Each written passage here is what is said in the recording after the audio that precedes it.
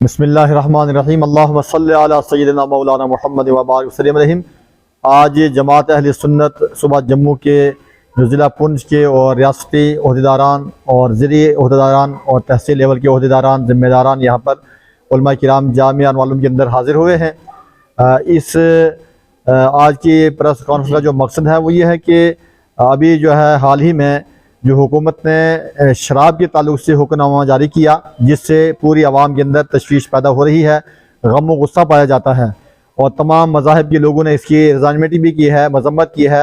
اور یہ فیصلہ واپس لینے کے لیے جو ہے مطالبات بھی جاری ہیں۔ اس میں تمام مذاہب کے لوگ اور ہر شعبہ کے لوگ، وکلاء ہوں یا سیاسی سماجی لوگ ہوں، تو خصوصی طور پر آج جو ہے مذہبی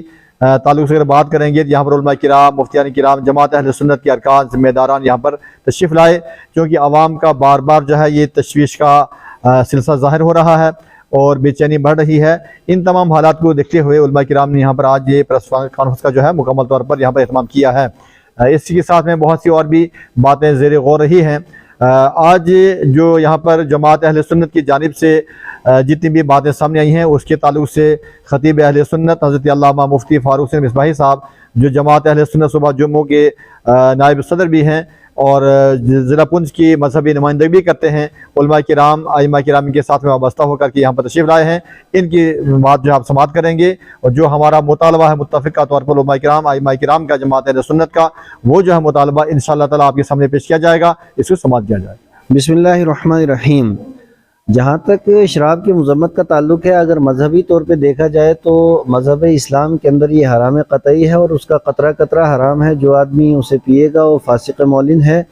اور اس طرح کے آدمی کے لیے بھی بڑی وعید شدید ہے۔ اور اس کے علاوہ جہاں تک میرا مطالعہ اور جہاں تک ہم نے سنا ہے، پڑھا ہے، دیگر جتنے مذاہب ہیں، چاہے وہ ہندو مذہب ہو یا سکھ ہو یا اس کے علاوہ عیسائی مت ہو یا اس کے علاوہ دیگر مذاہب ہیں، ان سارے مذاہب کے اندر شراب کو برا سمجھا جاتا ہے، اور جتنے مذاہب ہیں وہ تو اسے برا کہتے ہی کہتے ہیں۔ اس کے علاوہ یہ سماج کے لیے ایک عظیم ترین لعنت ہے۔ جس گھر کے اندر شراب، اس گھر کی تباہی ہے، کیونکہ گھر کا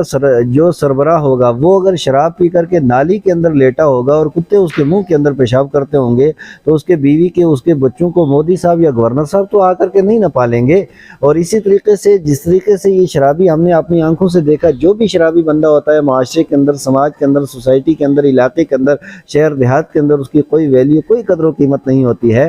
تو آخرکار جس وقت یہ ہماری ریاست کو توڑا گیا اور ہمارے اوپر ظلم عظیم کیا گیا، ہم 5 اگست کو ہرگز نہیں بھول سکتے ہیں، اگرچہ ہمیں نظر بند کیا گیا ہے، جو کچھ بھی کیا گیا اور جبری طور پہ ہماری ریاست کو توڑا گیا، دفعہ 370 کو ختم کیا گیا، 35A کو ختم کیا گیا، اور بڑے بھاشن دیے گئے کہ ہم یہاں پہ نوکریاں دیں گے، ہم یہاں پہ تعمیر کریں گے، ہم یہاں پہ ترقیاں ہوگی، اور یہاں پہ یہ ہوگا اور یہاں وہ ہوگا، لیکن ہم اپنے ماتھے کی نگاہوں سے دیکھتے ہیں، اس لیے کہ ہم کوئی بہار، بنگال، اڑیسہ اور کیرلا کے اندر نہیں رہتے ہیں، ہم یہیں پہ پیدا ہوئے اور یہیں کے باشندے ہیں۔ ہم دیکھ رہے ہیں کہ پہلے کیا ہو رہا تھا اور اب کیا ہو رہا تھا، پہلے دفتروں کے اندر کیا تھا اور اب دفتروں کے اندر کیا ہے،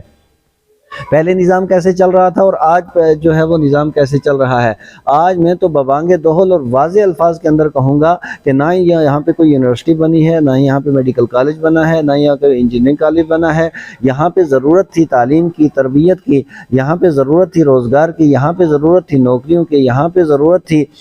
کہ کس سڑکیں ہر جگہ پہ جائیں اور یہاں پہ تعمیر و ترقی ہو، لیکن اس کے باوجود نہ تو یہ یہاں پہ نوکریاں دے سکے، نہ لوگوں کو روزگار دے سکے، نہ یہاں کوئی فیکٹری وہ قائم کر سکے، اور نہ یہاں پہ انڈسٹریز کا انتظام کر سکے، اور نہ اس کے علاوہ جو کالجز یا یونیورسٹیز کی یہاں ضرورت تھی وہ بھی یہاں پہ نہیں دے سکے۔ اور تحفہ اتنا بڑا انہوں نے دیا ہے کہ ہر علاقے کے اندر شراب خانہ ہوگا تاکہ لوگ پی کر کے مست ہو جائیں، کیونکہ شراب جتنا زیادہ عام ہوگا اس کے بعد لوگ بے ہوش ہو جائیں گے،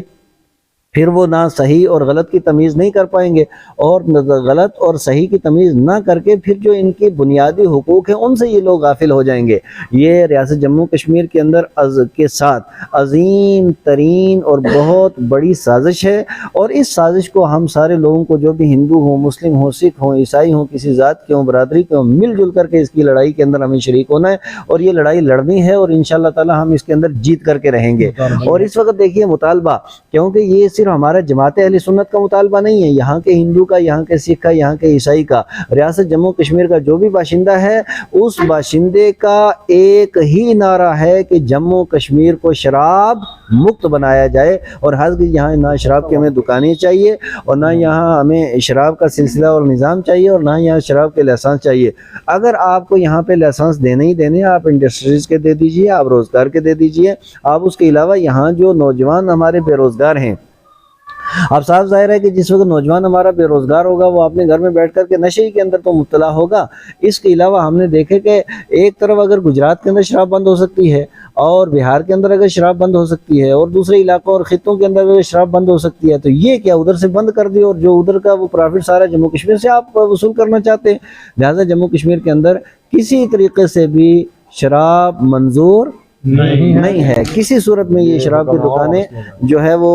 منظور نہیں ہیں۔ ہم ایل جی صاحب سے یہی کہیں گے کہ جتنا جلدی ہو سکے اس حکم نامے کو منسوخ کیا جائے، اور شراب کی ہمیں ضرورت نہیں، روزگار کی ضرورت ہے۔